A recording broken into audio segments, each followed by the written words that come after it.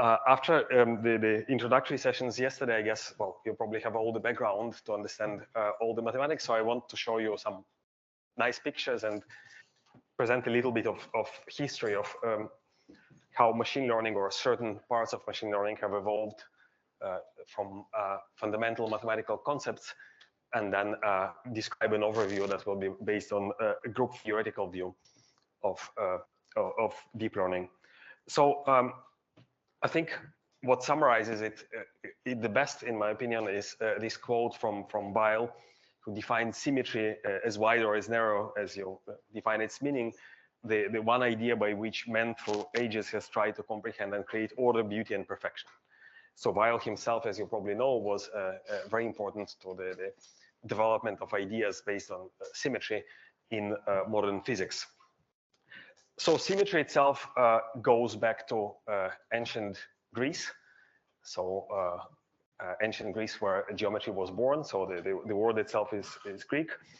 And Greeks believed that symmetric objects, what we nowadays call platonic solids, are so fundamentally important that they probably should constitute the way that the matter is built is from these symmetric particles, which is not a far cry from the way that modern crystallography works, at least to some extent.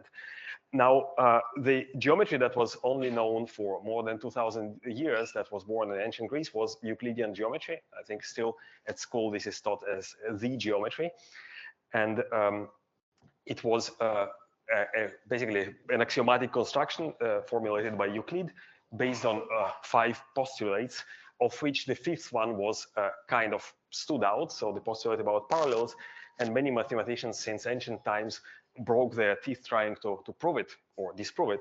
One of them was Omar Khayyam, who is probably nowadays more remembered as a poet, a Persian that lived in the 11th century. And he considered these kind of weird constructions. So you build a quadrilateral where there are 2 base angles that are right, and then you try to see what happens to the parallel lines, right? The 2 sides of this quadrilateral, whether they will diverge, converge, or remain parallel, depending on the top angles of this quadrilateral. And these ideas were further developed by Giovanni Saccheri. So he was a Jesuit priest that tried to clean Euclid of all stains. So that was his famous treatise, Euclidus Vindicatis. And he almost was able to construct the first example of non-Euclidean or hyperbolic geometry, but he considered it so counterintuitive that he rejected this as repugnant to the nature of straight lines. And that work was rediscovered, I think, by Beltrami in the end of the 19th century. So I think nowadays it's considered as almost successful first construction of non-Euclidean geometry. So what happened in the 19th century is that in the beginning of the 19th century that there came a realization that Euclidean geometry is not the only one possible. And one construction that contributed to it was projective geometry, that probably was known since ancient times, but was rewritten in a rigorous way by Poncelet, a French who fell in captivity in the Napoleonic Wars in Russia, and then apparently that was a very fruitful time for him to write this book. And then obviously the first examples of non-Euclidean geometries properly. So here the credit is disputed. So apparently Gauss himself worked on it as early as the very first years of the 19th century. And the 2 people that are associated with the first published construction is Bolyai and Lobachevsky. So Lobachevsky was really the first to publish. I think Bolyai was probably earlier to derive this construction. So this is their construction is what nowadays we call hyperbolic geometry. And what happened towards the second half of the 19th century is that there was a zoo of different geometries of different types. No clear understanding how to define geometry, no clear understanding how the different geometries are related. So we have Euclidean, affine. Yeah. Sorry, apparently there is a problem with the audio. I think we are not recording the audio. So I'm sorry if I'm trying to solve the problem. Yep. Sorry for that. No, this works because it's using the relative pointer. So if this works, probably just the settings on Teams.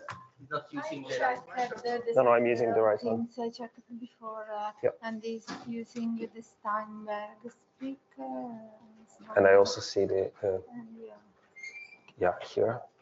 Also hear it. Yep. I think it is enough. Can you try now? No, we don't see any audio from the. It's very, very strange. No, in Teams, l'audio di Teams. Lui è tutto a posto. What I can try to do is to record it locally. I'm really sorry, but your settings are okay. It seems. Sorry. It's for ok. Quindi sì. Okay. Teams registra. Ok, sorry. Okay, Sorry. Yep, no problem. Yep, sorry for that. Yeah, so the technology is always to blame. Anyway, so what happened towards the second half of the 19th century is that there was this entire zoo of different geometries of different types with no clear understanding of how to define a geometry, how different geometries are related to each other. And it was somewhat of an unhealthy situation. And the way out of it was proposed by Felix Klein. He was, I think, only 23 years old when he was appointed as full professor at the University of Erlangen in Germany.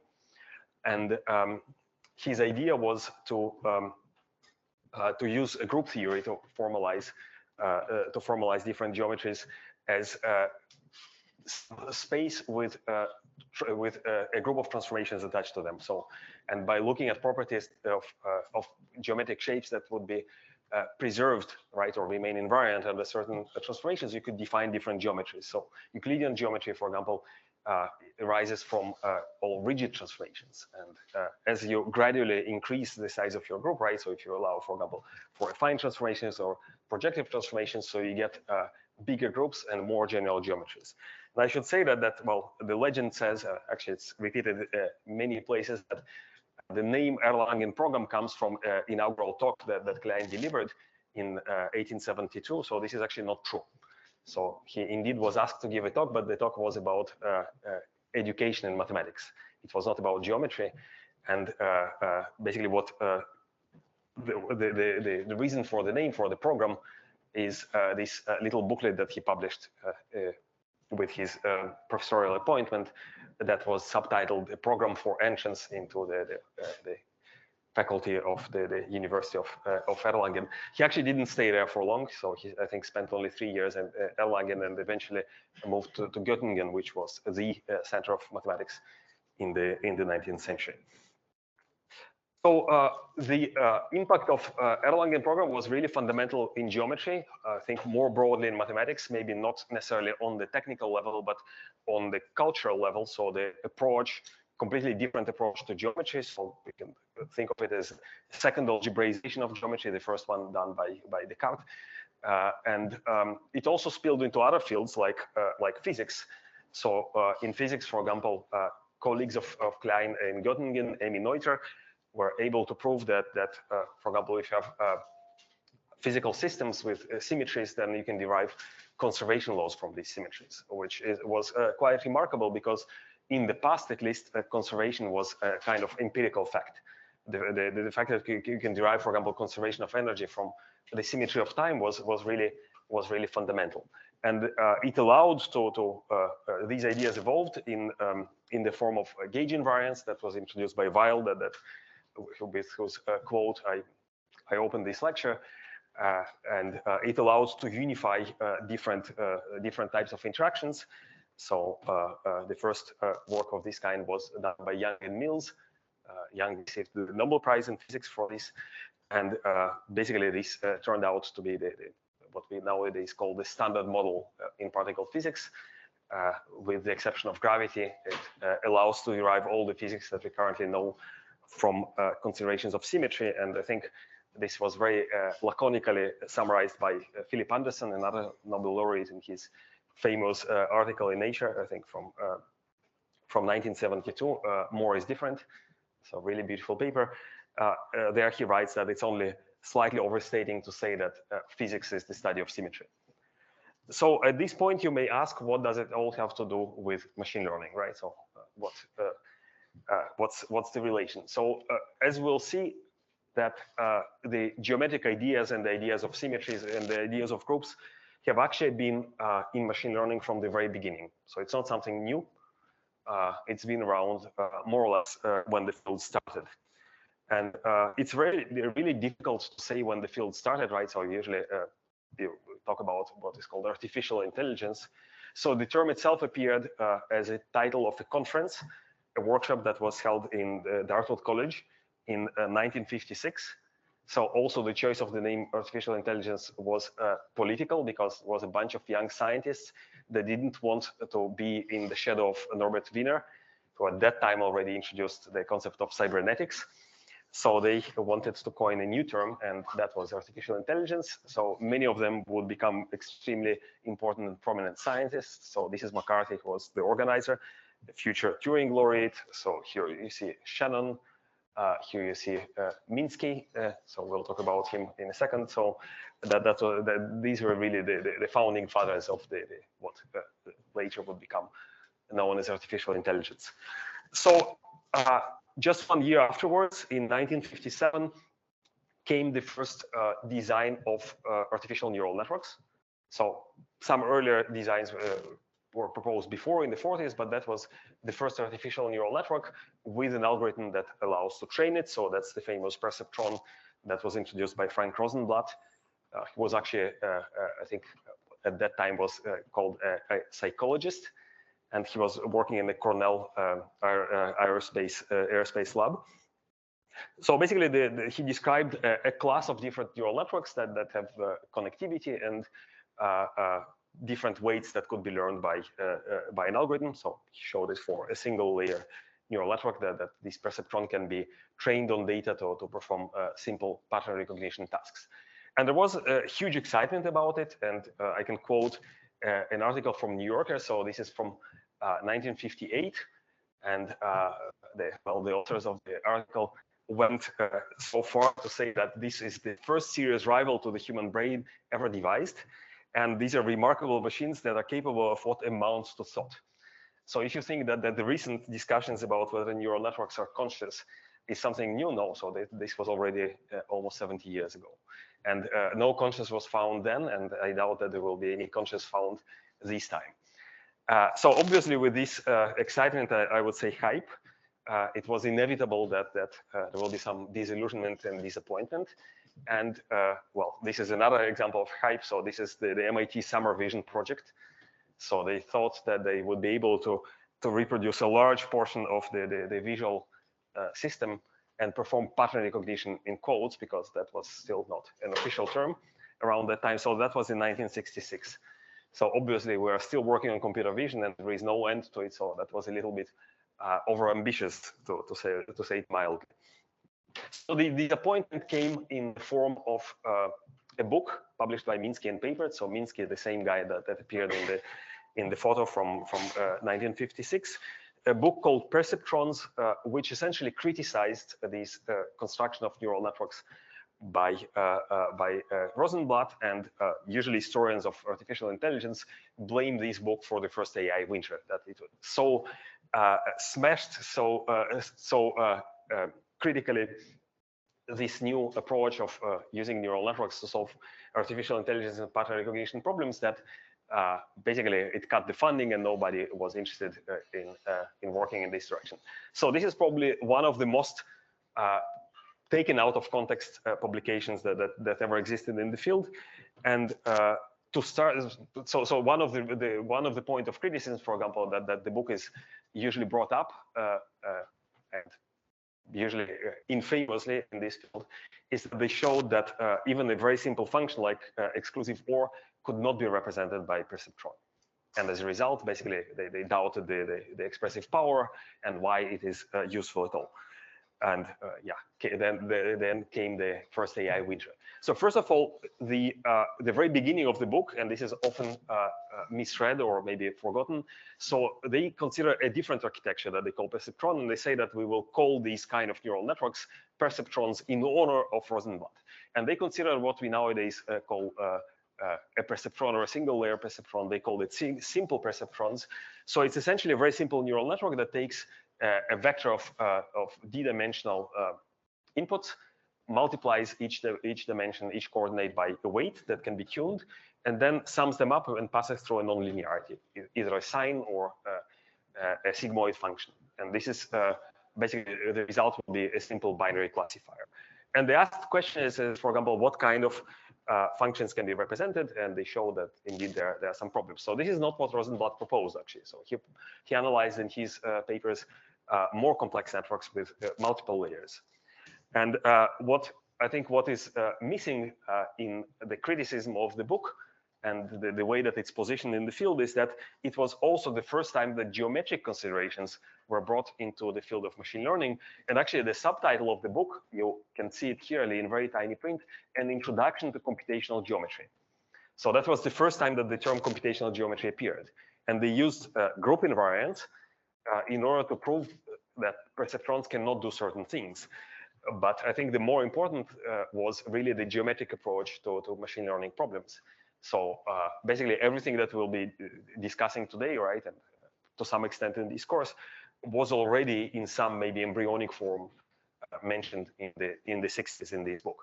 And one of the critical reviews was asking whether this new cool stuff of computational geometry, will it be another dead end, or will it become an independent field of mathematics that will be successful? Well, nowadays I think history has answered this question for its own. It even has its own subject classification code, so and journals and conferences on computational geometry. So this question about the expressive power, whether perceptrons can represent sufficiently rich and interesting classes of functions, that probably could have been rebutted had Rosenblatt known about results that go back to David Hilbert himself, so the so-called 13th problem, asking about the certain representation of solutions to polynomial equations. It was proven in a more general form by Kolmogorov and Arnold. So basically what they showed is that multidimensional functions can be decomposed in this form as one-dimensional functions. And this was a precursor of results that are known as universal approximation. In machine learning, usually the papers that are cited by Sebenko and Kornik that are specific to neural networks. And they say that if you have a multi-layer perceptron that looks like this, just with 2 layers, you can represent to any desired accuracy any continuous function.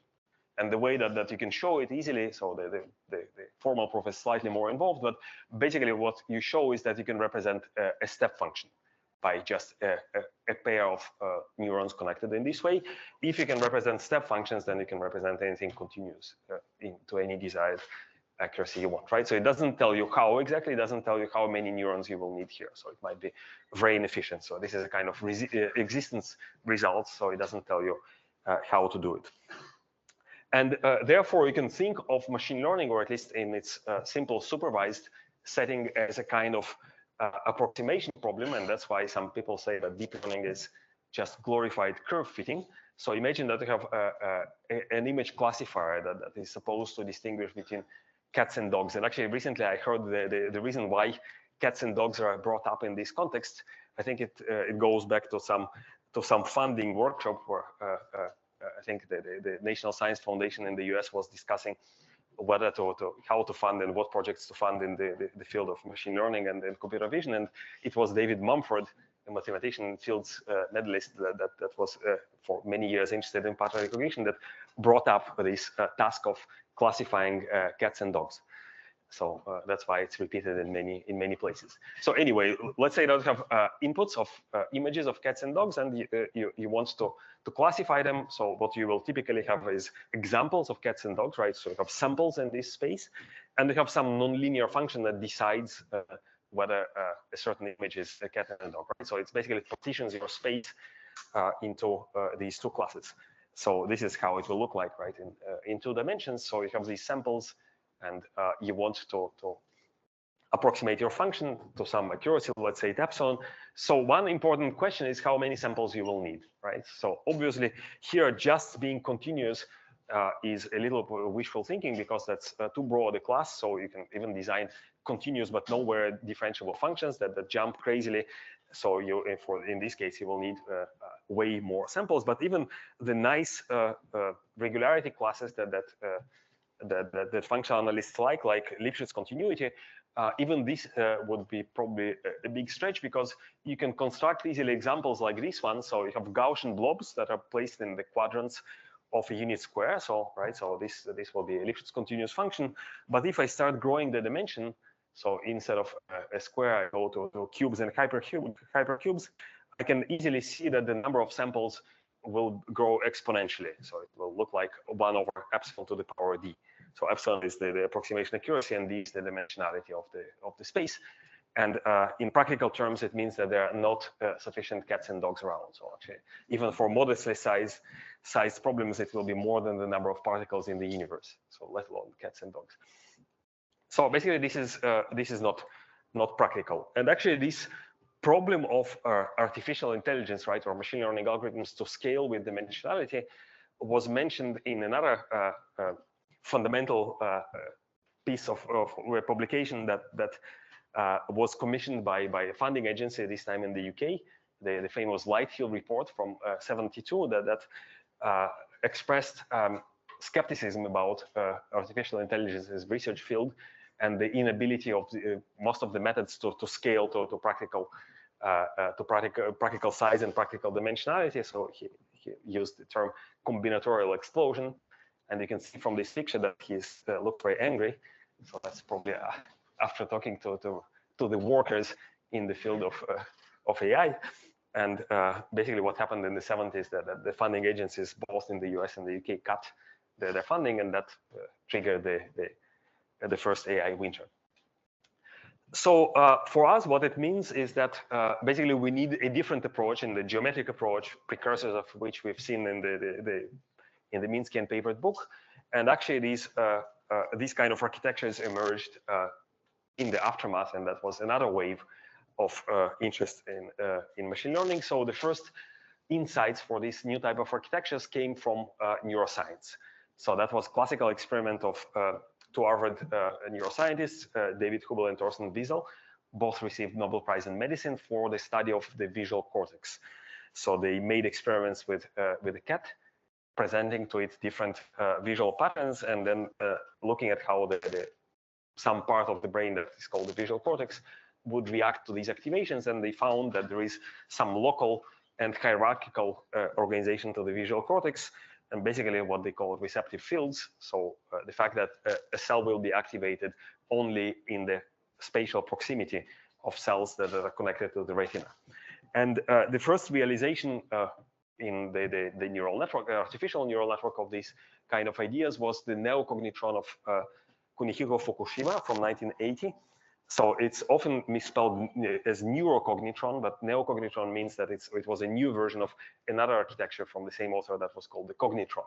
So if you look at the way that it's designed, basically the idea was to make local connectivity with shared weights and layers that would correspond to what we nowadays call convolutional type layers and pooling layers.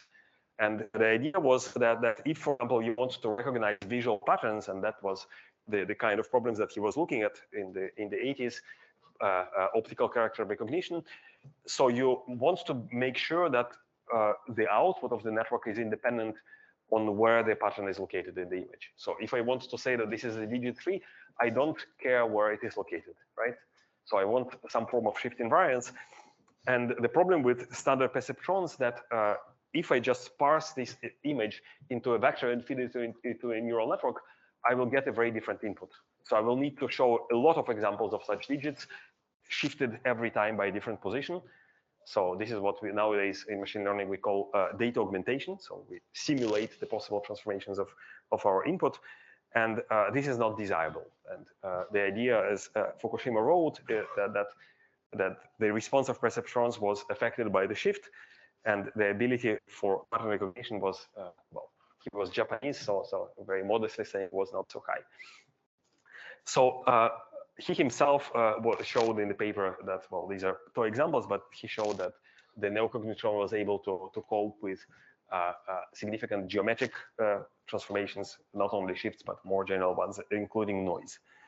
And if you look at this paper, so in modern terms, right, so we are 40 years since, so it was a deep neural network, so he tested up to 7 layers. It had local connectivity with what he called receptive fields. He used nonlinear filters, so it was not exactly convolutional layers, but there was already weight sharing. So this is what he called the S layers or simple layers, similar to the organization of the visual cortex.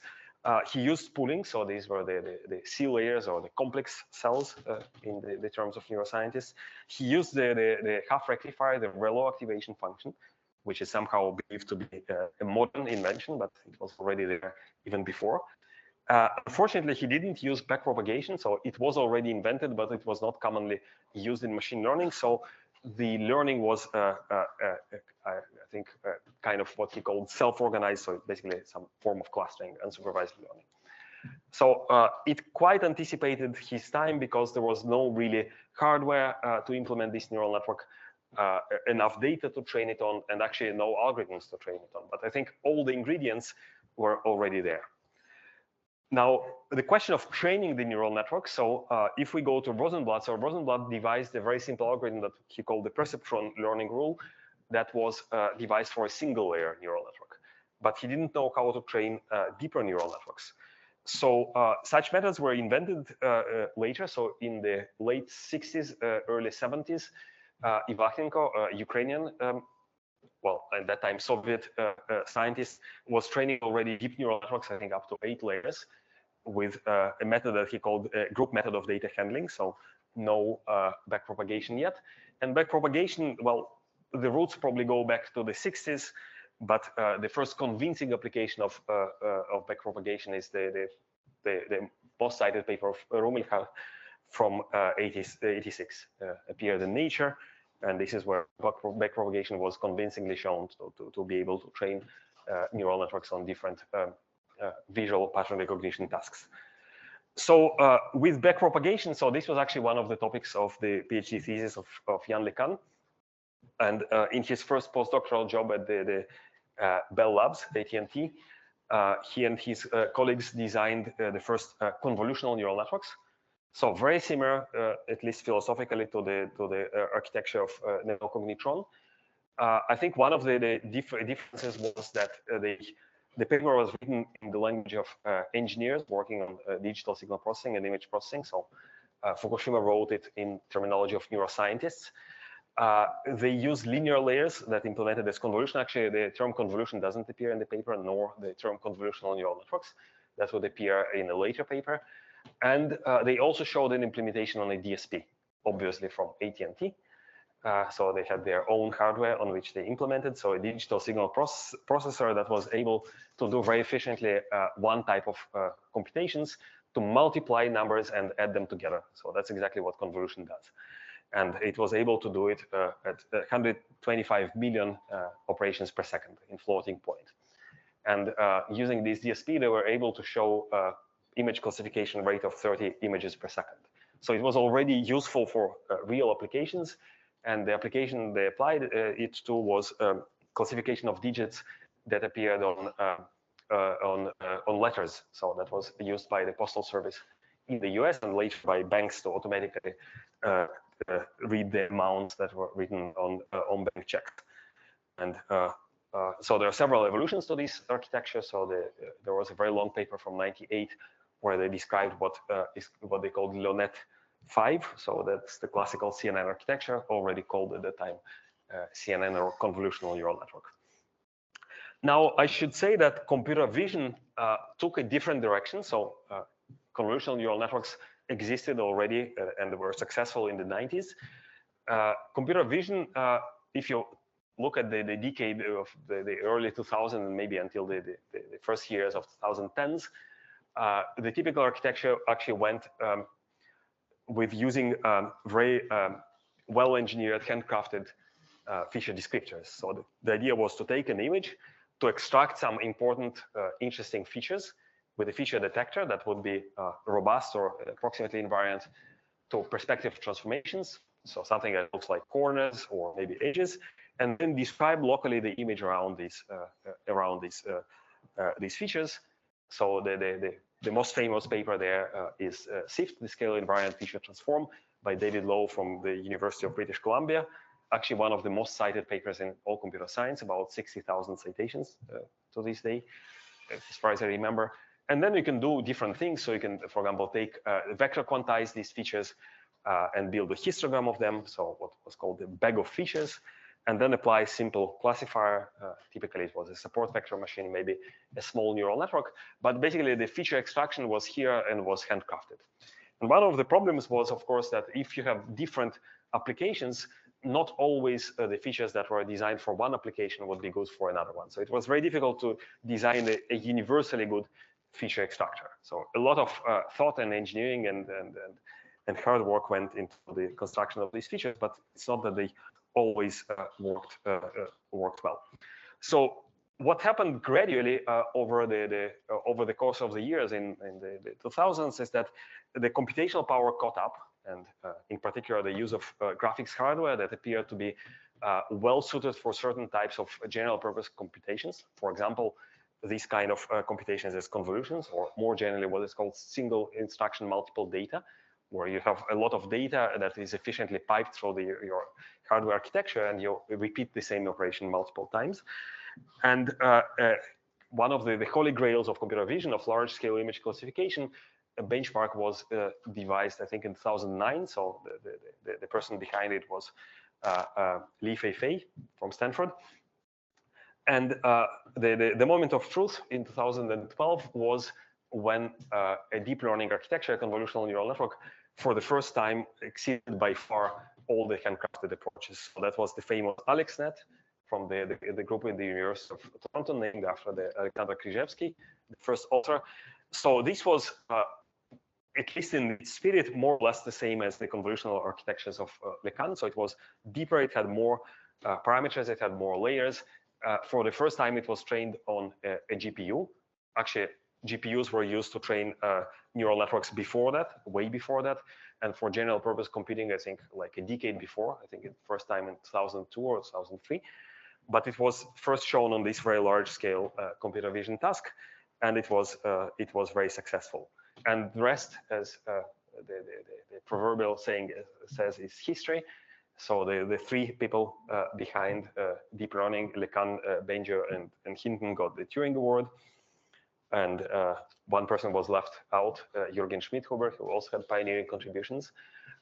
And nowadays, there are multi-billion industries that are based on this technology that work very well.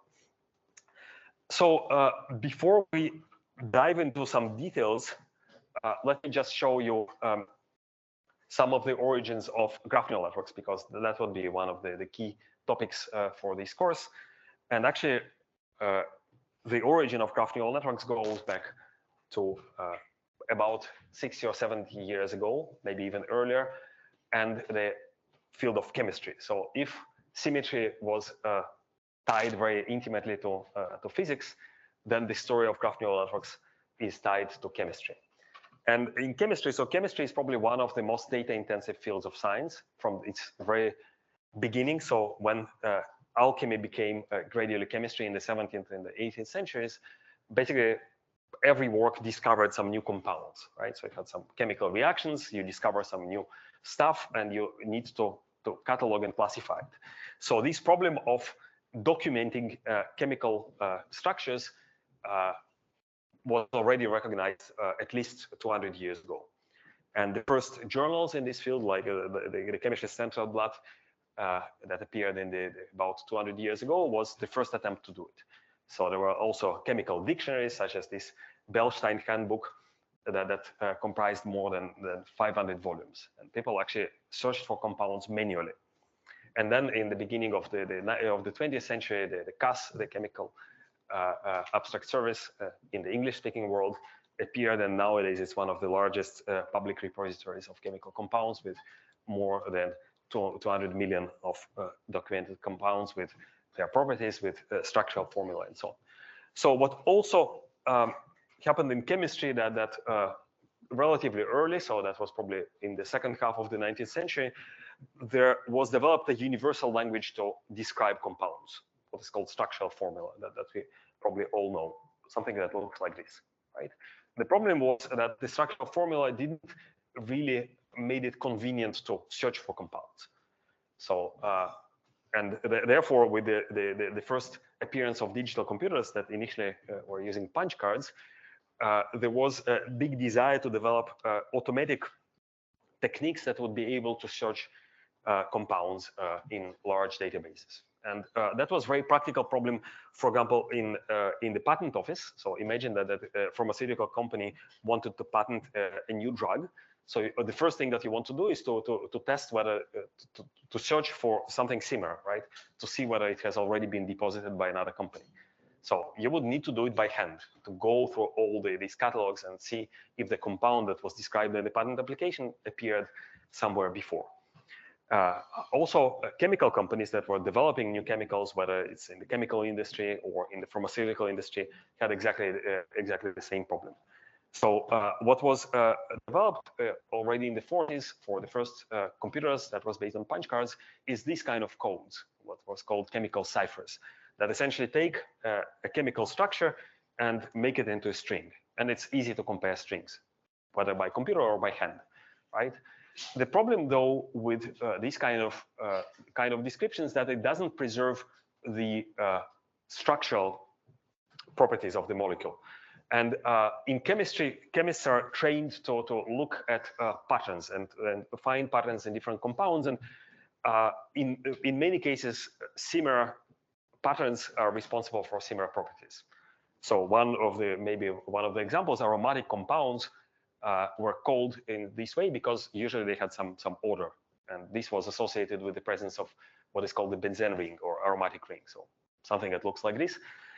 And you would imagine that if you have a compound that has this structure, then it will have similar properties. So what was recognized is that you need some kind of structural way of describing and working or comparing compounds. And one of the pioneers in this field was a Romanian chemist, George Vladuț. So he was also traumatized by these huge collections of books where he needs to search for compounds. So he wanted to do it in a more reasonable way. And he was one of the pioneers of using graph theoretical approaches for this comparison and the problem of graph isomorphisms, or graph comparing the similarity between graphs. And actually the term graph itself, in the sense that it's used in graph theory, is also connected to chemistry. So that was introduced by Sylvester in 1878.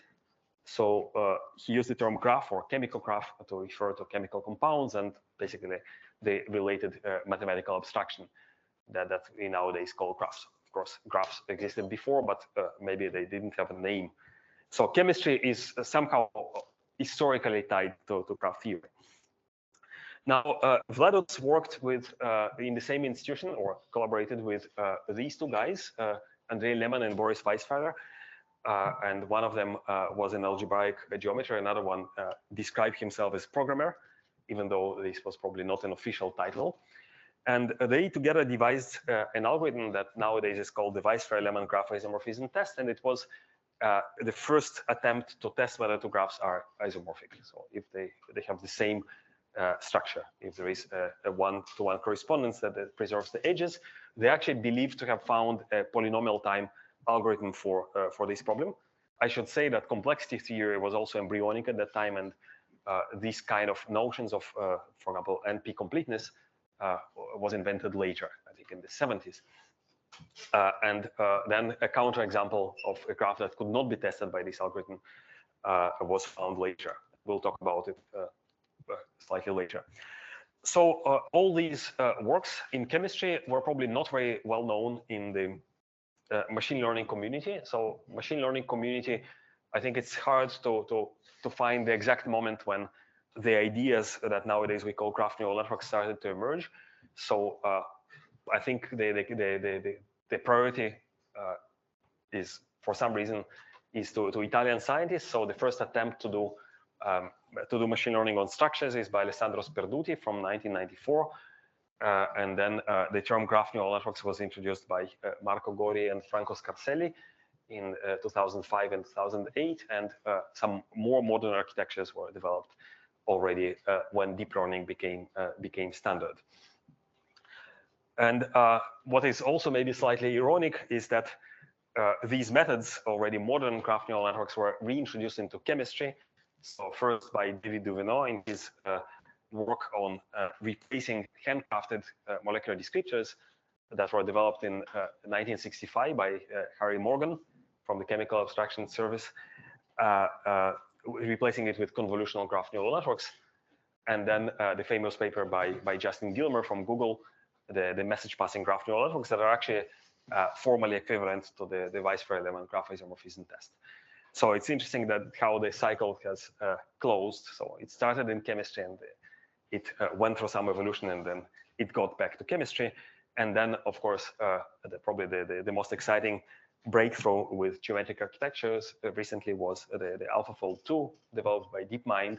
So that was the kind of ImageNet moment for structural biology, where one of the key problems from the 70s was to predict the structure of a protein from the sequence of amino acids that comprise it.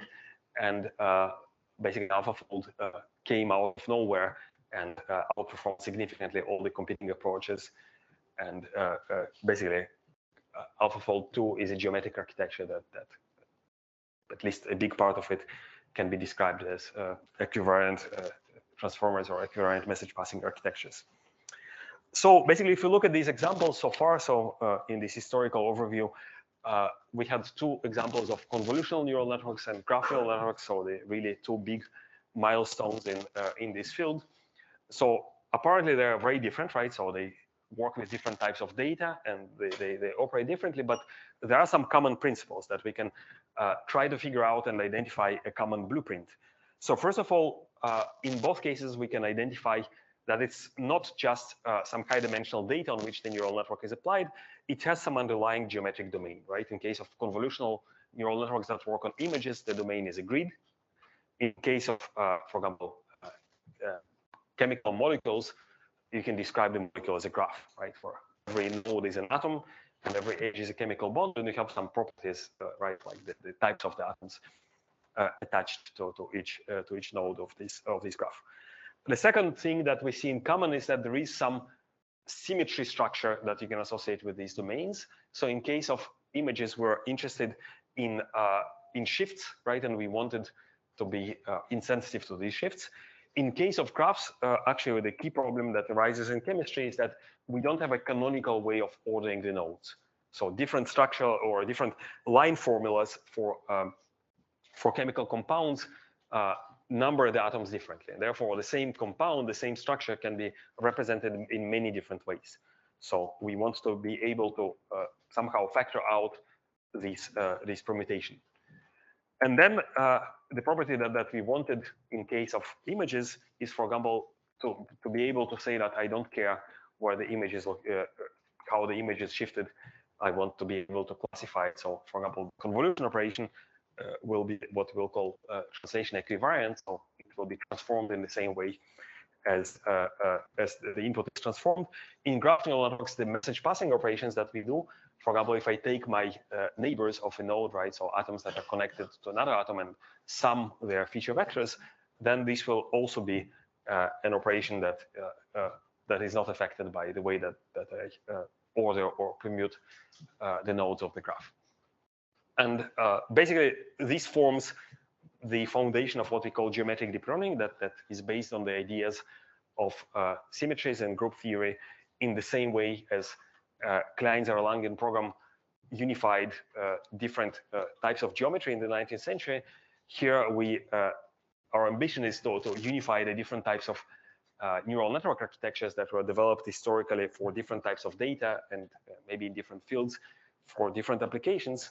And that's why maybe a little bit arrogantly, well, philosophically at least, we want to draw the analogy with the Erlangen program applied to deep learning problems. And again, in this blueprint, we have three different ingredients. So we have a domain with a symmetry group. that actually can be chosen separately from the domain. So in the plane, for example, you can talk about translations, but you can also talk about translations and rotations.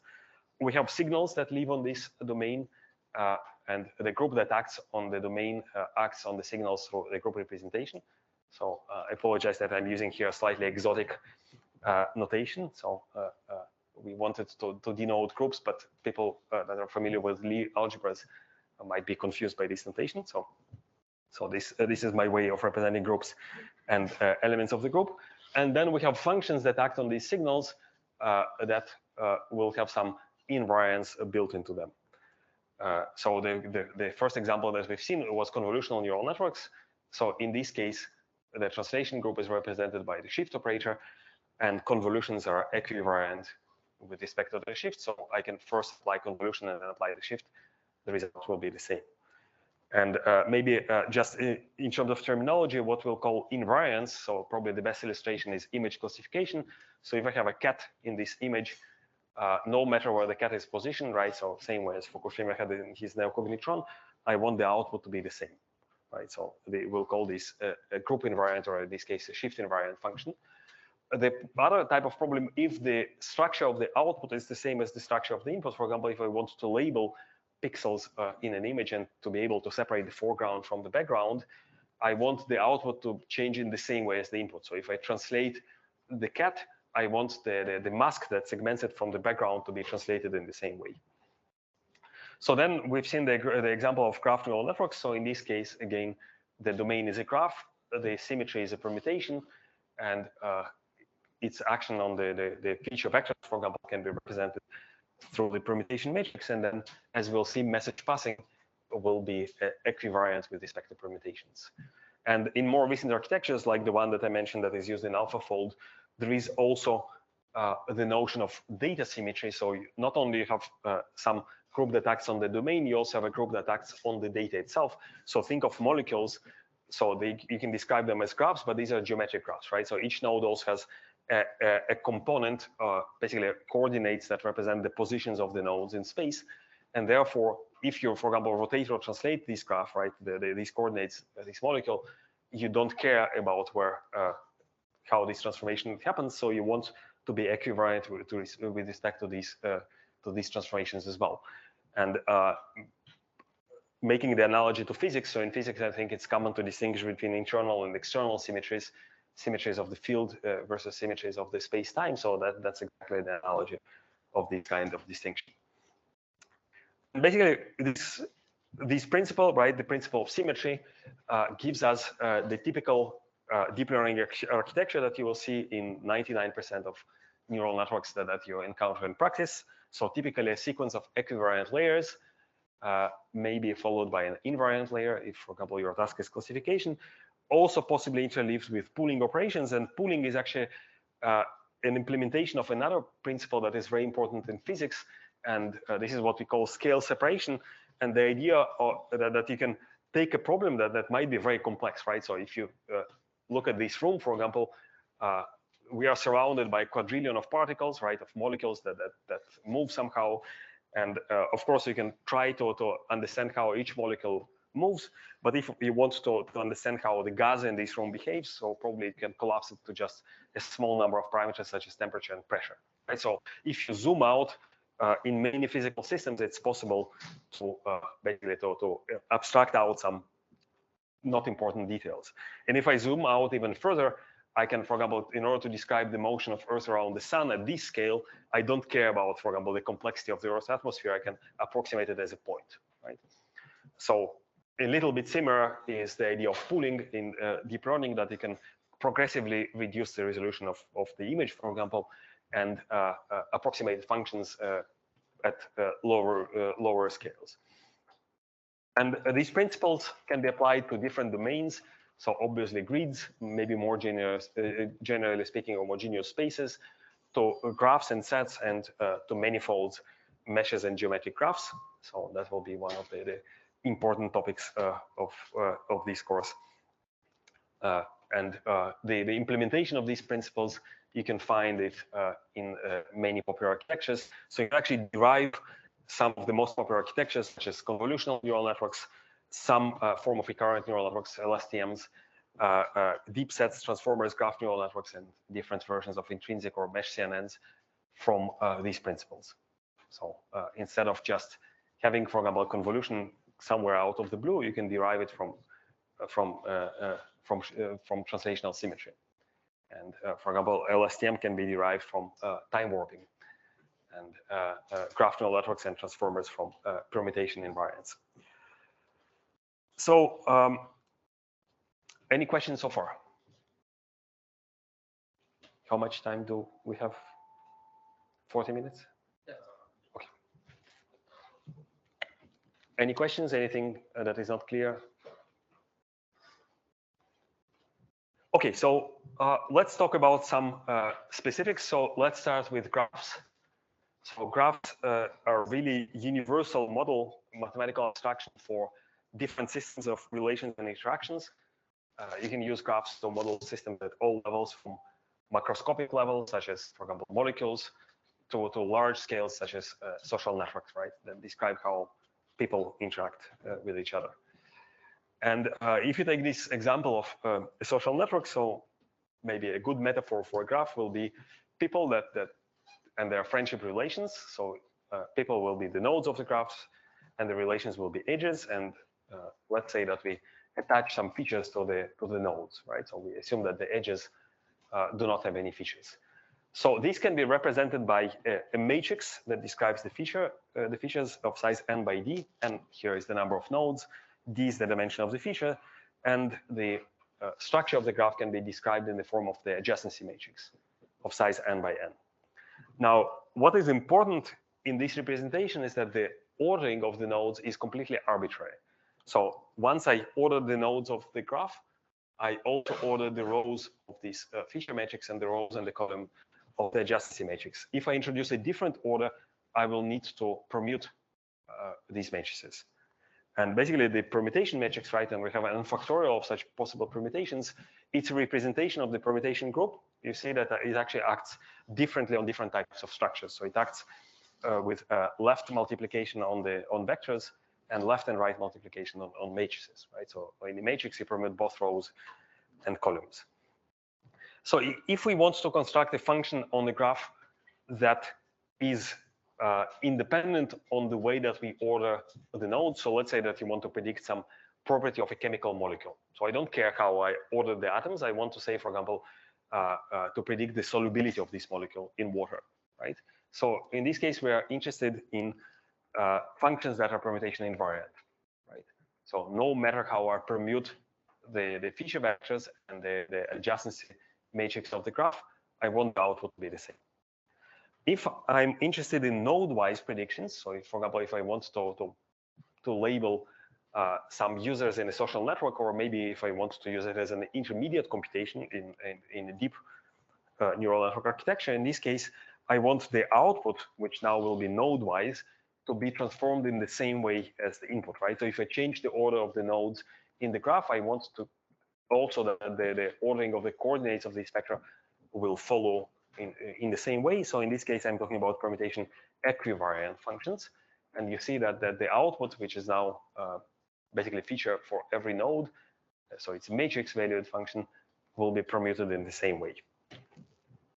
And basically, a typical graph neural network architecture will be a sequence of such equivariant layers implemented in the form of what is generally described as message passing, possibly with some pooling layer that aggregates all the information into a single vector and, for example, makes a prediction about the entire graph.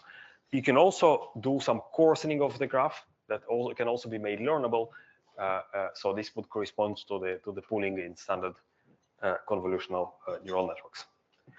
So in general, the way that graph neural networks work, you usually look at a node and its neighborhood. So nodes that are connected by an edge to some node. So let's say I take node I look at its neighbors, and now I can collect the feature vectors from these neighbor nodes into what technically is a multiset. So the difference between a set and a multiset is that the same element can appear more than once. So you see that maybe if the indices of the neighbors are unique, but the feature vectors are not necessarily unique. So here we have two blue feature vectors.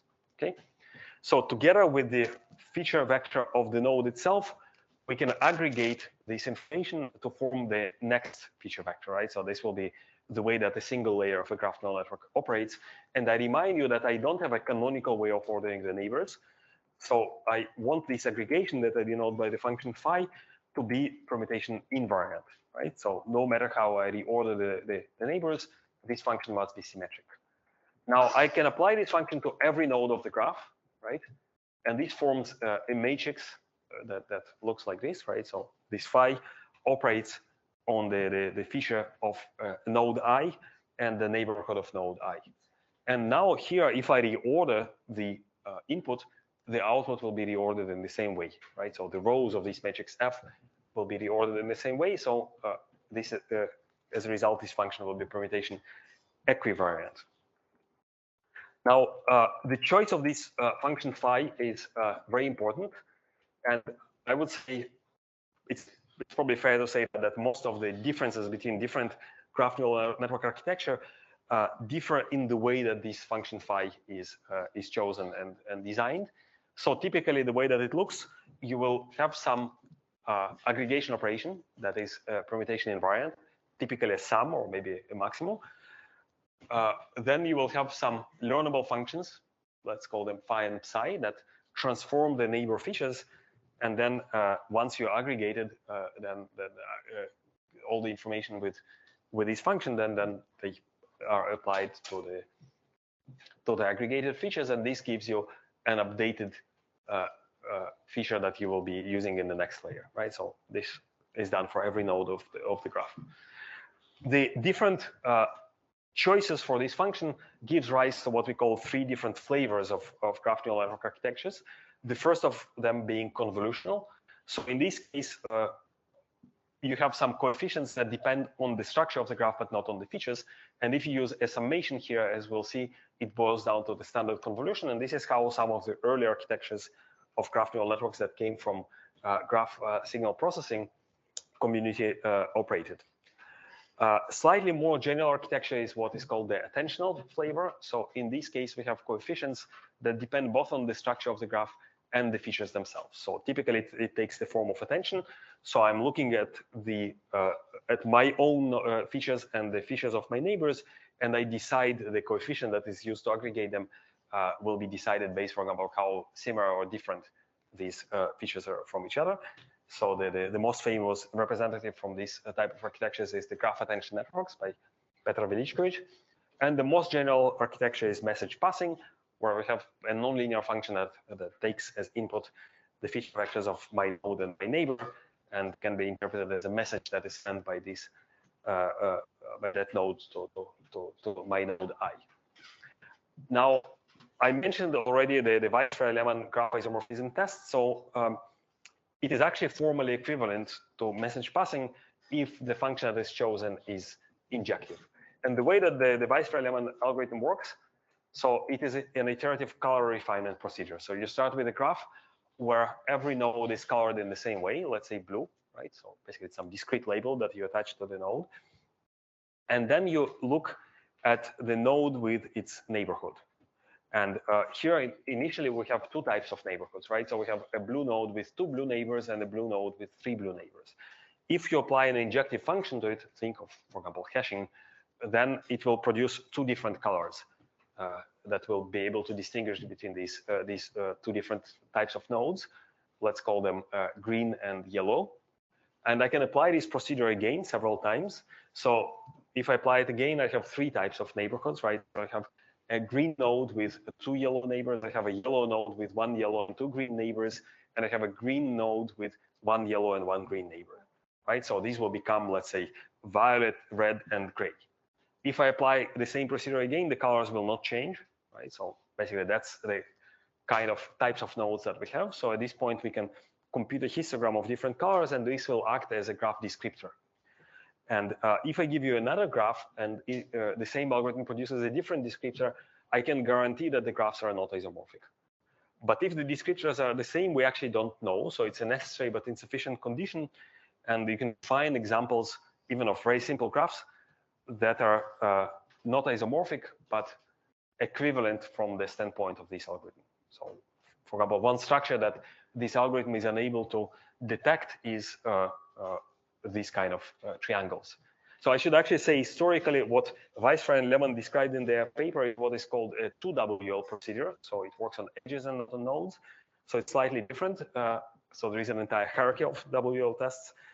But yeah, this is the simplest example. So it's actually equivalent in terms of its expressive power. And it was shown also that it's equivalent to message passing. So graph neural networks can do in the best case as well as the Weisfeld-Lehmann algorithm.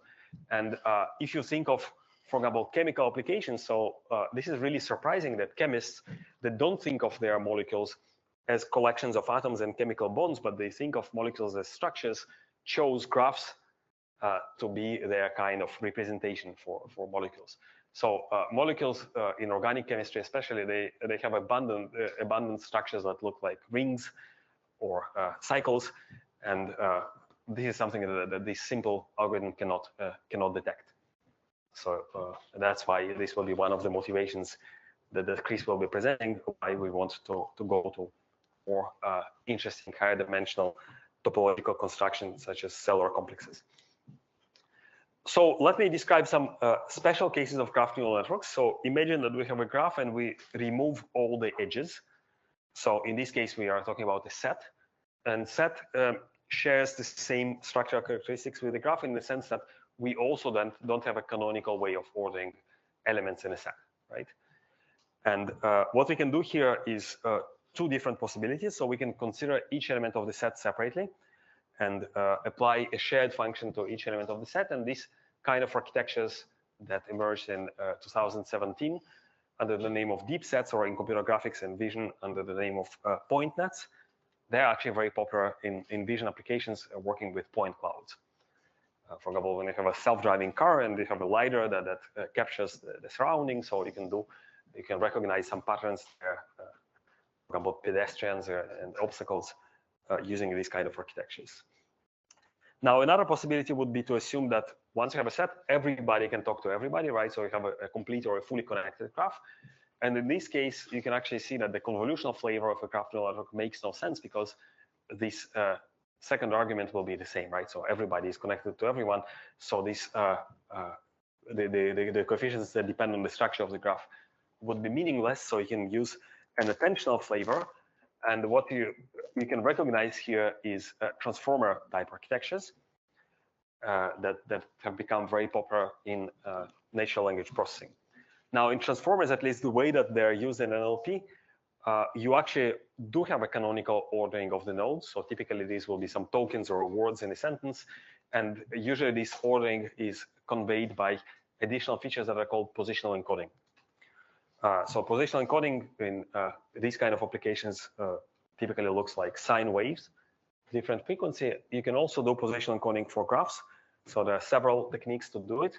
One of them is to, for example, count primitive substructures. So you can take every node or every edge and see how many, for example, in how many triangles it participates, right? Or you can maybe look at 4 clicks and count in how many clicks a node participates, and attach this information as additional features to the node. And this will allow you to, first of all, to adapt the message passing mechanism locally to different portions of the graph. So structure is similar and otherwise indistinguishable portions of the graph will be distinct.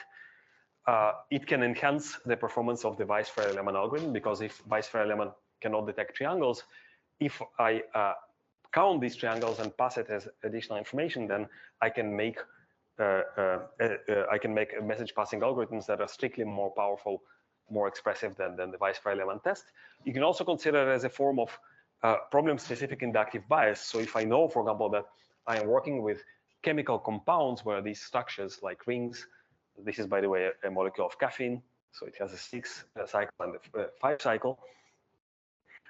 If I know a priori that these structures are important, so I can provide them as additional information. And you see here that predicting some properties of these molecules, so in this case it's water solubility, suddenly becomes significantly better. So if we count cycles of size 5 and more.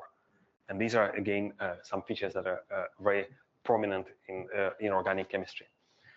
Now, what is also common in modern graph neural networks is decoupling the computational graph and the input graph. And traditionally, if you look at the Weisfreier-Lehmann algorithm and the early graph neural networks, so there is no distinction between the graph that is given as an input and the graph that is used for computation, right? So I use the graph to propagate information of the nodes. So and by doing this, I can discover to some extent the structure of the graph, like the Weisfreier-Lehmann algorithm does. So in some cases, this is not necessarily the best idea, and some graphs can be unfriendly for message passing, and you run into phenomena such as oversquashing and bottlenecks. So the information takes basically it's difficult to propagate information on the graph. Different techniques were developed to cope with this phenomenon. Maybe not completely aware of these techniques like sampling. First attempts to scale graph neural networks to web-size graphs, such as Graph Sage, that was used by Pinterest for their recommender systems.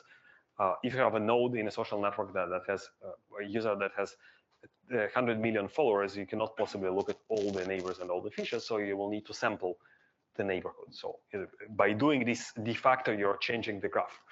You can rewire the graph. So again, there are multiple techniques. So for example, if you want to solve these problems of bottlenecks, you can maybe add or remove some edges, or you can use maybe filters of bigger size. So I can look not only at my immediate neighbors, but neighbors of the neighbors. And this, for example, was an architecture that we developed that we call SIME, scalable inception like graph networks. You can also learn the graph on which to do propagation, and the graph can also be updated across different layers. And the first such architectures was developed by, we developed it with my colleagues at MIT. The application was in computer graphics, where we start with a point cloud. And typically you would apply something like PointNet, where every node, you apply a shared function independently to the features of the node. In this case, you can build a graph to propagate information better, and the graph can be updated throughout the network. And if you start with a graph that represents purely geometric structure of the points, depending on the task, for example, if the task is segmentation, then you will see that you will be connecting nodes that have more semantic interpretation, like wings or engines of this aircraft. And then you can apply it also to maybe more abstract applications, such as diagnosis of brain diseases, where you can design the graph on which you propagate information. So that was a collaboration with colleagues from TUM, where we showed that for automatic diagnosis of neurodegenerative diseases, if you build the graph from the data dependent on the task, you actually perform significantly better than if the graph comes and constructed in a handcrafted way. And maybe, again, in somewhat historical, semi-philosophical perspective, so methods that evolved in machine learning probably for the past 20 plus years, that what is called manifold learning. So the idea is that the premise of these algorithms is that even though your data might be very high dimensional, somehow the intrinsic dimensionality of the data is low. So if you look, for example, for images of the face, then the number of degrees of freedom that describe the variability of all the facial images can be, for example, attributed to illumination, and maybe just a few degrees of freedom that describe how different faces change. So maybe the dimensionality of the images will be a few millions, but maybe there will be a few tens or hundreds of dimensions that describe how the faces change. And a metaphor for this is a manifold. So you can say that your data is sampled from a low-dimensional manifold that lives in a very high-dimensional space. So you can try to capture the structure of this manifold by connecting nearest neighbors in this space. So basically building a graph, and then you try to embed this graph in a low-dimensional space. So another name for manifold learning is nonlinear dimensionality reduction. So exactly this kind of embedding. And in this space, it will be presumably easier to do machine learning tasks such as clustering or segmentation. The problem why these methods have never really worked in practice is that all these different stages are done separately. So you first construct the graph, and then you embed it, and then you do clustering. Nowadays, with graph neural networks, basically, where you can put all the ingredients into a single pipeline and train it by backpropagation, you can build the graph on which you will be doing your machine learning task in the same architecture. Yeah, there are already some examples that do it quite successfully. So maybe I will skip this slide. So let me skip it. So there are some more exotic architectures. Well, let me actually mention it just briefly. So we talked about the graph neural networks and the equivalent to the Weisfeld element test. So there is actually an entire hierarchy of tests. So there are high-dimensional versions of WL tests and equivalent graph neural networks. So mainly the works of Hagai Maron from NVIDIA. We talked about positional and structural encoding. So you can increase the expressive power by attaching some information that represents local structure of the graph to the nodes. Two other possibilities, you can use what we call subgraph GNNs that take some subgraphs out of the graph, or you can use higher dimensional message passing. So the idea of subgraph GNNs is the following. So if you look at these two graphs, they are indistinguishable by Weisfeld lemma, right? So this is how the coloring that will be produced, and this is the histogram, right? So in this case, the WL test will be unable to distinguish between these graphs, right? So we know that they are not isomorphic, but we cannot distinguish between them by this color refinement. But let's say that I allowed to remove an edge or a node in the graph. So do something like this, right? So if I remove this edge, suddenly I get a coloring that is different, and now I can distinguish between these graphs. So if I had a possibility to perturb my graph, I can break some of the regularities that confuse the Weisfeld lemma algorithm. And the idea would be to look at a graph as a collection of subgraphs that is extracted from it. For example, I can take a graph and remove every time a single node and look at all the possible subgraphs that are formed. And then I can apply message passing on each of the subgraphs separately. But then because I know the correspondence of the graphs, right, they are extracted from the same graph, so the nodes are the same, or a subset of the nodes is the same, I can also share information across these subgraphs. And this allows to obtain architectures that are strictly more expressive than the Weisfeld lemma the Weisfeld lemma test. Actually, there is a deep resulting graph theory that is called the reconstruction conjecture. It was conjectured in the 40s by a PhD student of Ulam, the same Ulam that developed the hydrogen bomb in the US. And the idea is that it's a conjecture that claims that you can recover the structure of the graph from all the subgraphs that are obtained by node or edge deletion. So it was proven computationally by sufficiently small graphs, I think up to size of 13 nodes. But whether it holds in general is actually an open question. So that's why it's a conjecture. And there are several architectures that emerge in the literature, including our own works that take advantage of these kind of results. So another type of architectures, so Chris will be talking about it in more details, is what we can call topological message passing. So you can think of a graph as a particular case of a simplicial or a cellular complex of dimension 1. So you don't need to stop there. So you can look at cells or simplices of high dimension. For example, if in these two graphs again that will be indistinguishable by Weisfeld lemma, I can say that I have these kind of faces. I can design a different message passing algorithm that will transfer information between these faces as well, and will be able to distinguish between such cases. And actually can take a graph and turn it into such a high dimensional topological object and do message passing on it. And it will be strictly more powerful than the Weisfeld and lemma algorithm. So I think I have about 15 minutes left. So let's talk now about grids. So grids are very familiar objects, right? But for us, grids are just a particular case of a graph, right? So you can think of a grid as a specially connected graph. And if we assume grid with periodic boundary conditions, then this is what is called the ring graph, right? Now, what is different from a general graph and the grid is that we have a fixed neighborhood structure. So in this example, we have every node has exactly 2 neighbors. And I remind you that the way that aggregation in graph neural networks worked is that we have this general function that looked at the multiset of the node neighbors, in this case 2, and we didn't have the order between them, right? So the way that we aggregate this information must be permutation invariant.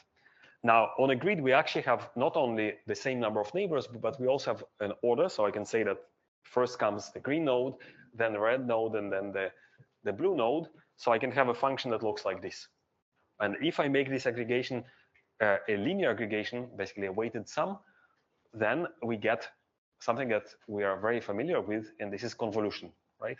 So I can represent in matrix form a convolution as a circulant matrix, which has a very special structure. So it has the same elements on every diagonal, and it's formed by a vector of coefficients that I cyclically shift and append as columns of this matrix, right? So you see that it's formed by cyclic shifts of this single vector of parameters. So essentially, circulant matrix has shared parameters. So it has at most n different values as opposed to n squared in a general matrix. And circulant matrices are synonymous with convolutions. So it's just a mathematical way of calling convolutions. And the special property of circulant matrices is that unlike general matrix multiplication, the multiplication of circulant matrices is commutative. And in particular, I can pick up one special circulant matrix that shifts the values of a vector by one position cyclically, right? Everything is modulo n. And this is called the shift operator, right? So circulant matrices or equivalently convolutions commute with the shift operation, right?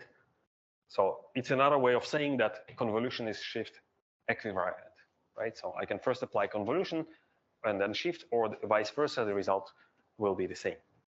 Now it happens that the opposite is also true. So I can show that if I pick up a matrix that commutes with shift, it must be a convolution. So you can see that convolution can be derived from the considerations of translational symmetry. So I can tell you that I want shift equivariance, and this is how my neural network is wired, right? So this represents shared weights, and I will get a convolutional neural network automatically from this symmetry. Now, another part of this story, so we all know that convolutions are related to the Fourier transform. So we also know from linear algebra that commuting matrices are jointly diagonalizable, so they have the same eigenspaces. So in this case, we can talk about the same eigenvectors. So basically, it means that every convolutional matrix can be represented in this way. So I have some shared eigenvectors that I denote here by U, and some different eigenvalues, right? So every matrix will have the same eigenvectors, but different eigenvalues. And I can pick up one matrix for convenience, and I can say that I can pick up shift operation, right? The shift matrix, for which I can compute these eigenvectors by hand. So all circulant matrices or all convolutions that are diagonalized by the same eigenvectors, that, for example, can be computed as the eigenvectors of the shift. And surprisingly, or maybe not surprisingly, if I compute them by hand, I get what is called the Fourier transform, or the discrete Fourier transform, the DFT. So basically, these bases looks like these complex exponentials. So in other words, convolution is diagonalized by the Fourier transform, or the discrete Fourier transform. And this gives this duality, so it allows to compute convolutions in two different ways. So either by multiplying by a circulant matrix, that essentially the way that's implemented is a sliding window, or it can be done in the Fourier domain by first computing the Fourier transform of the signal, multiplying it by the Fourier transform of the filter that can actually be designed already in the Fourier domain, so I don't need to do twice the Fourier transform, and then computing the inverse Fourier transform. And the fact that on grids you have the way that the Fourier matrix looks is redundant gave rise to fast Fourier transform algorithms that do not need to spend n squared operations that is typically required by matrix multiplication, but you can do it in n log n operations. So the f of t algorithms that were developed, I think, in the 60s and the 70s, really made signal processing possible. So that is the bread and butter of classical DSP, and this is how most of the filtering has been done and still is being done. So you transform your signal, you do the filtering in the Fourier domain, and you do the inverse Fourier transform. So there are analogies of this construction on graphs as well. I will not have time to talk about it, but all the field of graph signal processing came from the premise or from the analogy between eigenvectors of operators that are similar to shift or similar to Laplacian. Basically, this allows you, this gives you an orthogonal basis in which you can represent signals on graphs or meshes or manifolds with which you can operate, and you can design filters in the spectral domain. So maybe let me show you another example where, so we talk about convolution, so it can be done in the spatial domain by a sliding window, right? So you extract a block of pixels, you multiply it by some mask, you sum up, right? And this is what historically digital signal processors were developed for. The multiply and accumulate operation is exactly this. That was the hardware architecture was designed in a way to do these kind of operations very, very efficiently. So let me formalize this operation. So we can think of convolution as matching a shifted filter. So in order to define it properly, I need to define two things. So here X is a signal, psi is some filter. So I need to define the filter, right? So this is psi. I need to define the shift operator. So I call it T. And I need to define an inner product that will match the shifted filter to the signal, right? And this is what is written here. So once I am able to do it, I can compute the convolution. So I shift the filter to different positions. And for every position, I compute the value of this inner product. And this is what we define as convolution, right? Convolution or correlation doesn't really matter. So it depends on whether you take plus or minus here. Now, there is a little bit of cheating here, or at least this is a very particular case, because here we can identify the symmetry group with the domain. So in other words, there is one-to-one correspondence between the element of the group of translations and points on the domain, right? So I can represent, you see it even from here, I can represent translations as points on the domain, so the points to which I'm translating. Now, this is not the general case. So in general, I will have some group that acts on my domain, that its representation that acts on the signals will be some rho, right? So for every element of the group G, I have some representation rho of G. And the structure of this group, even dimension, can be completely different from the structure of the domain. And therefore, the output of the convolution might not live anymore on the domain omega. Okay, and a good example is convolution on the sphere. So we have a two-dimensional sphere, S2. And we assume the special orthogonal group on the sphere. So these are rotations that preserve orientations. So I can represent points on the sphere by unit vectors in 3D, right? So they have three coordinates, but they're dependent. So it's two parameters, so 2 dimensions.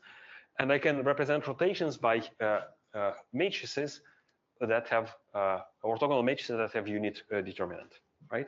So these are rotations that preserve orientation. So this is how this convolution will look like. Now, the problem here is that the output of the convolution, right, that is computed for every rotation matrix, is not two-dimensional anymore. So it's a signal on SO3. And if you know, basically, this is a Lie group. It has manifold structure, and this is a 3-dimensional manifold. Because I can rotate 3 ways. I can rotate this way on the sphere. I can rotate this way, and I can rotate this way, right? So there are 3 degrees of freedom. So if I want imagine that I am doing a convolutional neural network on a sphere, and it's actually a very practical problem because in many applications, like in astrophysics, the signals that are observed are naturally on the sphere. So if I want to do another layer of convolution, now this convolution will need to happen on SO3. So I need to integrate with respect to these rotation matrices. Okay, and the lucky exception that we had in the Euclidean domain is that the input and the output of convolution live in the same space. So here they don't anymore. Okay. And this is basically the sphere is an example of what we call an homogeneous space, in the sense that we can find an element of the group that transforms every point into any other point. So in this sense, there is a complete democracy between different points in the space, that any point is indistinguishable from the other. I can transform any point into another, but this is not the general case when we talk about manifolds. So a sphere is also a manifold, but a very special one. So manifolds are a very useful model for 3-dimensional shapes. So if you think of, for example, this bunny shape, the way that I can think of it is, of course, as a subset of R3, right? And I can rasterize it as a volume. So this is typically done, for example, in medical imaging applications. But if I'm interested in the shape itself and I don't care about what happens inside, then this will be a very wasteful representation, right? So it scales cubically with the number of basically the number of points across every dimension. An alternative that is typically done in computer graphics is to represent it as a mesh, so a discretization of a manifold. So I'm interested only in the boundary surface of this object, And then I can use different results from differential geometry to, for example, to model different deformations. So it's also very practical and very useful. So if I'm, for example, building a 3D avatar of a person, then I want to be able to address different deformations because it's a non-rigid object. So this idea, well, and maybe another application is structural biology when I model proteins. So modeling a protein as a surface allows to abstract out some less important details like the internal fold. So when proteins interact, what really matters is what is called the molecular surface. And what distinguishes manifolds from the spaces that we've seen before is that we don't have this possibility to take a filter and move it around like we had in the plane. So the output will depend on the path that we take, right? So if I move, and I'm using here images from Weiler's paper, so you can see an example here that there is some rotation when I go along different path, or maybe if the manifold is non-orientable, I will also flip the handedness of the system of coordinates.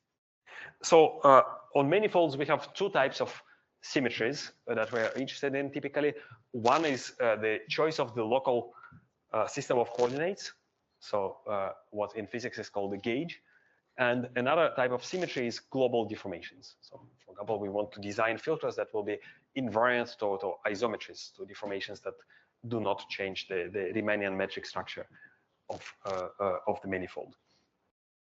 And there are several recipes how to do convolution type operations on manifolds. So for example, you can fix the path. You can say that I can go along geodesics.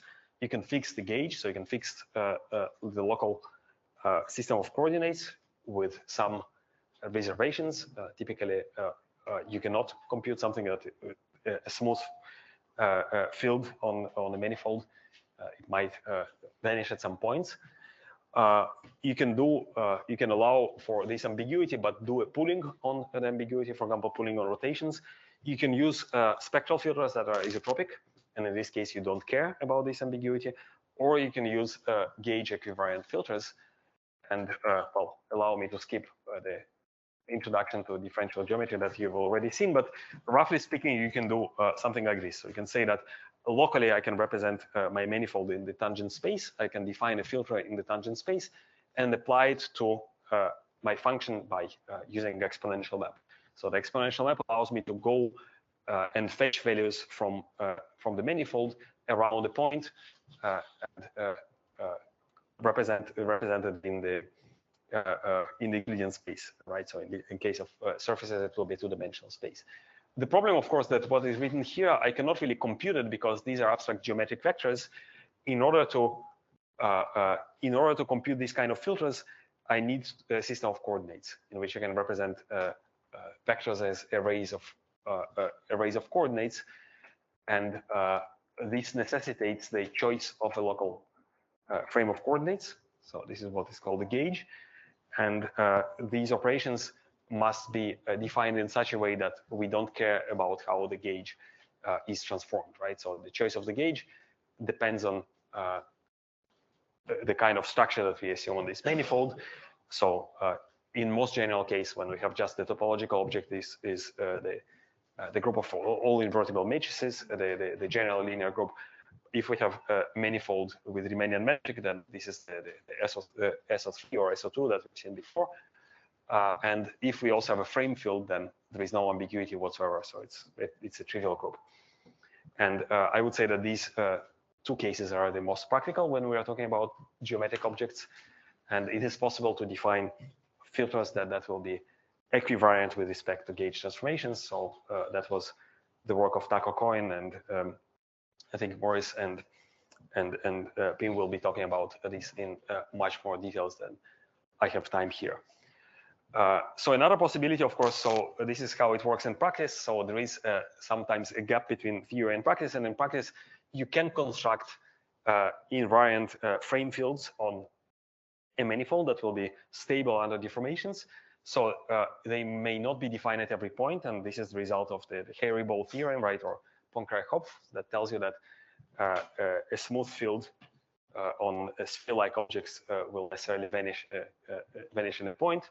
So you can also see it here. So there will be some singularities in this vector field, but overall it is stable. So if you can tolerate some singularities, you can just say that they have some predefined vector field, and I can write my filters in these local systems of coordinates.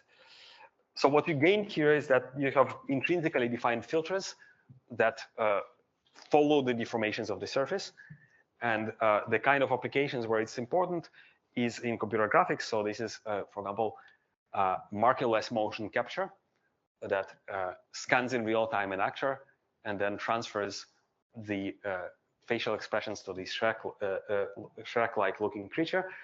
So the way that it's typically done, so you have two problems: the problem of correspondence. So from the noisy 3D input from the scanner, you try to establish correspondence with some canonical mesh of the face, and then you deform this mesh to follow the expressions of the face. So the problem of correspondence was actually well addressed by these kind of intrinsic mesh convolutional architectures. So with my students, we also did more exotic architectures where the input is an image that is encoded by standard CNN, but the decoder is a geometric architecture, a mesh CNN, and this was the work of my PhD student Dominique Coulon, who worked on accurate hand shape and pose reconstruction. So it's actually a very difficult problem because there is a lot of degrees of freedom. So hands are very bendable objects, and also a lot of occlusions. And with a British startup called the Real AI, we showed a demo. So that was in 2020, running in real time on an iPhone, where basically you have 3D avatars with detailed hands, and later also with detailed faces constructed entirely from two-dimensional video input. So this company was acquired by Snap in 2020. So now it's part of Snap Technology. So I cannot take any credit here. So maybe the only credit is that I convinced the founder to leave his job at Facebook to do the company, and I was also one of the early investors. And this is just one example of applications of geometric deep learning, and maybe more particularly graph neural networks.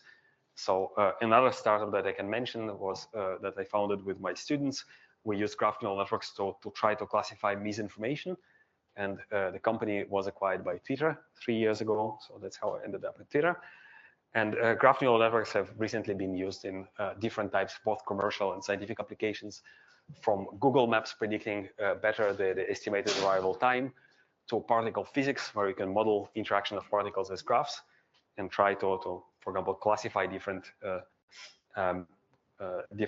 events in hardware colliders such as LHC. In structural biology and drug design and discovery, there has been quite interesting developments. I already mentioned AlphaFold, so we had also a paper that appeared on the cover of Nature Methods that used geometric architectures to predict binding properties of proteins and allow to design from scratch proteins with desired properties. So if you think of it, that's one way towards a new biological drugs, where the drug itself is a large protein molecule. And with small molecules, so there was a famous paper from the group at MIT that appeared in Cell also in 2020, where they used graph neural networks in a virtual molecule screening pipeline that allowed to discover new antibiotics.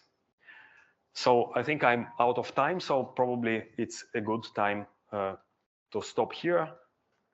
And let me maybe finish with another quote. So I started with a quote, so I will finish with a quote, which is probably a good take-home message that regards deep learning in general. So deep learning is usually presented as a collection of hacks and tricks for different types of problems and for different types of data.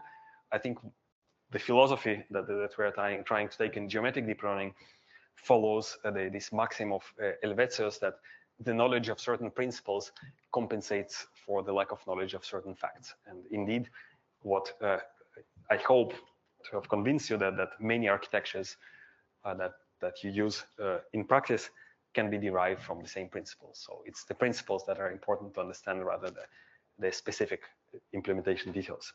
So I will stop here. Thank you very much.